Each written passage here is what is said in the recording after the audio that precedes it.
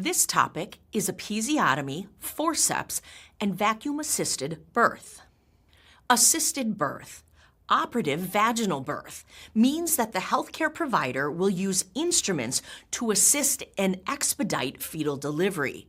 They may use a vacuum device or forceps. We'll look at each of these in a moment. Or the healthcare provider may perform an episiotomy, which is an incision into the perineal tissue to expedite fetal delivery by enlarging the vaginal opening. You can see a vacuum-assisted vaginal delivery in this image. A vacuum device is attached to the fetus's head. The healthcare provider will place it on the head and then create the seal with suction. There is a gauge on the device which will show if the suction is within safe limits for the device and the fetus. This device helps the healthcare provider with rotation and then the descent of the fetus. Forceps-assisted vaginal delivery, as seen here. There are different types of forceps, but they generally have blades that are designed to fit around the fetus's head. They are curved to fit into the pelvis. Risk factors for operative vaginal birth. Nulliparity, a client who has never given birth before. Advanced maternal age. This is generally considered to be a maternal age of 35 years old and older. Maternal height of less than 4 feet 11 inches or 150 centimeters. Postterm pregnancy, more than 41 weeks gestation. The fetus may have gotten too big. Or weight gain during pregnancy, more than 33 pounds or 15 kilograms, potentially indicating a large fetus. Epidural anesthesia and fetal presentation, like occiput posterior OP, in which the fetus is head down but is facing the mother's front instead of facing the mother's spine. Or occiput transverse, or OT. The fetus is head down but is looking to the right or left, again, not towards the mother's spine. Another risk factor is abnormal fetal heart rate tracing. Indications for operative vaginal birth include prolonged second stage of labor. Labor is not progressing. Fetal distress with recurrent late decelerations or fetal bradycardia.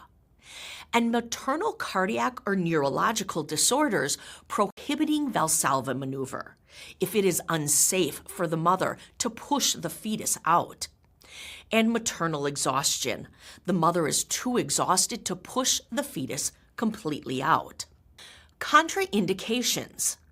Suspected CPD, or cephalopelvic disproportion, if the fetus is simply too large to pass through the mother's pelvis, even with using instrumentation. Fetal conditions that increase risk for intracranial bleeding or brain injury, like osteogenesis imperfecta, a group of genetic disorders in which the fetus has brittle, fragile bones that break easily and fragile vessel walls. And hemophilia, an inherited disorder in which blood does not clot properly, placing the client at risk for excessive bleeding. Extreme prematurity.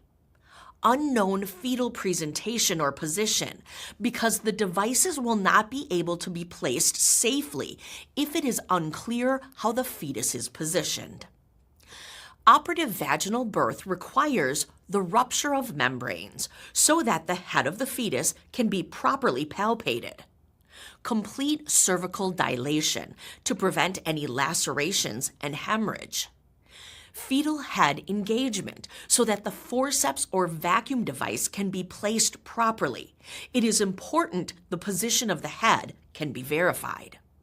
An empty bladder. Not only does a full bladder prevent the descent of the fetus, it makes using instrumentation to aid in delivery difficult. And the bladder must be empty to help prevent injury to the bladder. And it is preferred that the client has epidural or spinal anesthesia to aid with any discomfort. Maternal complications. Vaginal and perineal trauma. lacerations of the vagina, cervix, or urethra.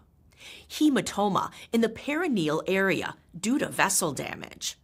And the pelvic floor may become damaged, resulting in sexual dysfunction, urinary or fecal incontinence if there was any damage to the urethra, bladder, or colon, and pelvic organ prolapse, when pelvic organs like the uterus, bladder, or rectum are no longer supported by the pelvic floor, the ligaments, tissues, and muscles that hold these organs in place.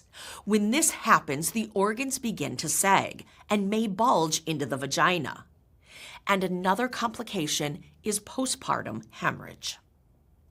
Fetal complications from using the vacuum.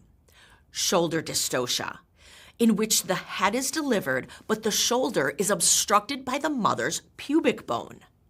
Neonatal brachial plexus injury, caused by excessive force on the head and neck, injuring the nerves between the neck and shoulders, the nerves connecting the spine and the arms. This can potentially cause weakness or paralysis on the affected side.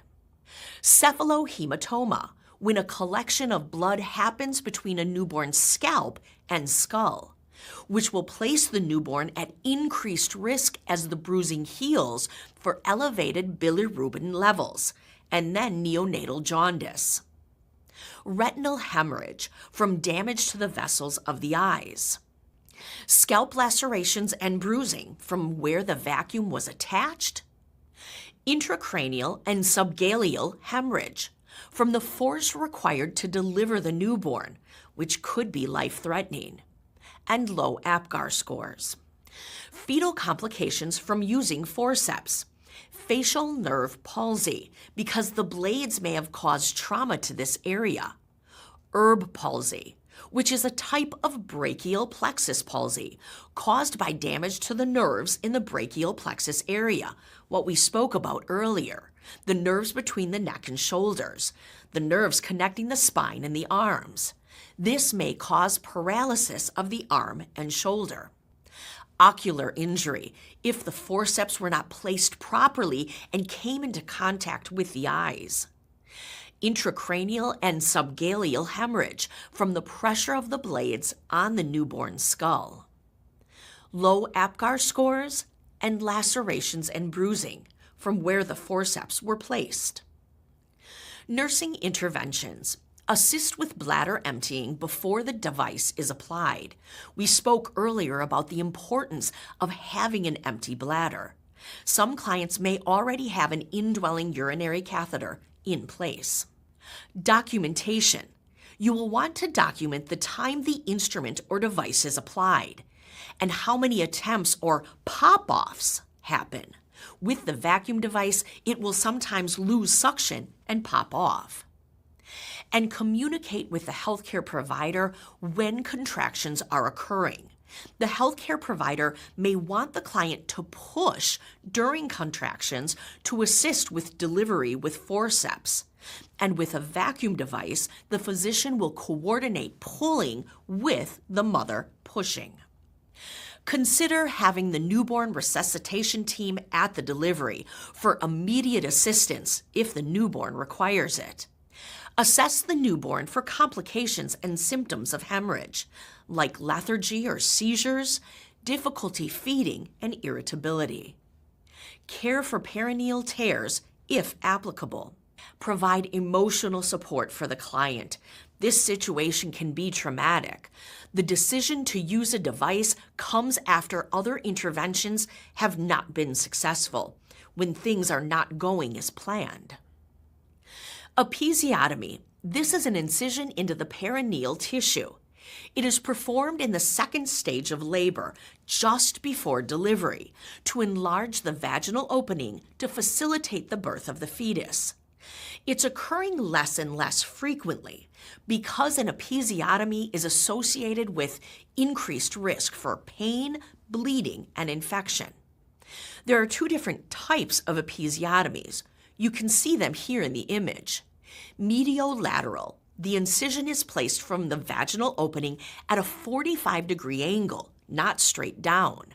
and midline, which extends from the vaginal opening toward the rectum. This is preferred because it is thought to heal more easily and have less pain than a mediolateral episiotomy. Episiotomies are repaired with sutures.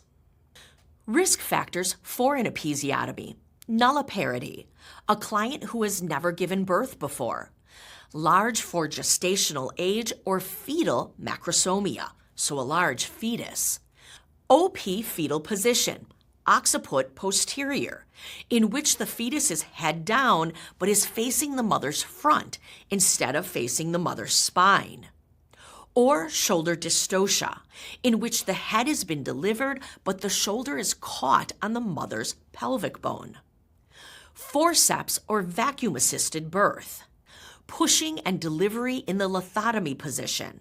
This position may cause too much perineal stretching; prolonged or excessive closed glottis pushing; holding the breath while pushing.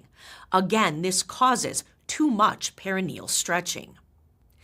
Complications: there is increased risk for third and fourth degree perineal tears, particularly with midline episiotomies; postpartum hemorrhage if bleeding cannot be controlled; infection while healing; and pain, which may lead to depression or breastfeeding difficulties; or dyspareunia, painful intercourse. Nursing interventions for clients with an episiotomy. Advocate for your client. We want the client to know what is going on and also what their choices are. Episiotomies are no longer thought of as routine care. An intact perineal area during delivery allows for the best outcomes. But there are some instances that an episiotomy is required, like when the fetus is in danger and must be delivered immediately. If the client requires an episiotomy, we want to assess the site for signs of infection, bleeding, and hematoma every 15 minutes during the first hour following birth. To allow for proper visualization, position the client side-lying and elevate the top leg and buttock. Document the episiotomy type. We can apply ice packs for comfort, 20 minutes in place, and then remove it for about 10 to 20 minutes. A warm sitz bath for about 20 minutes multiple times a day may also provide comfort while healing. Administer stool softener. The mother may be worried about tearing the area that has been repaired.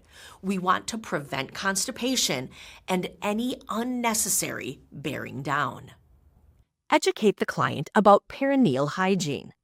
Regularly changing pads. Do this every time the client urinates or defecates, and regularly throughout the day. Cleanse front to back using a spray bottle of warm water, and pat dry instead of wiping to avoid irritation.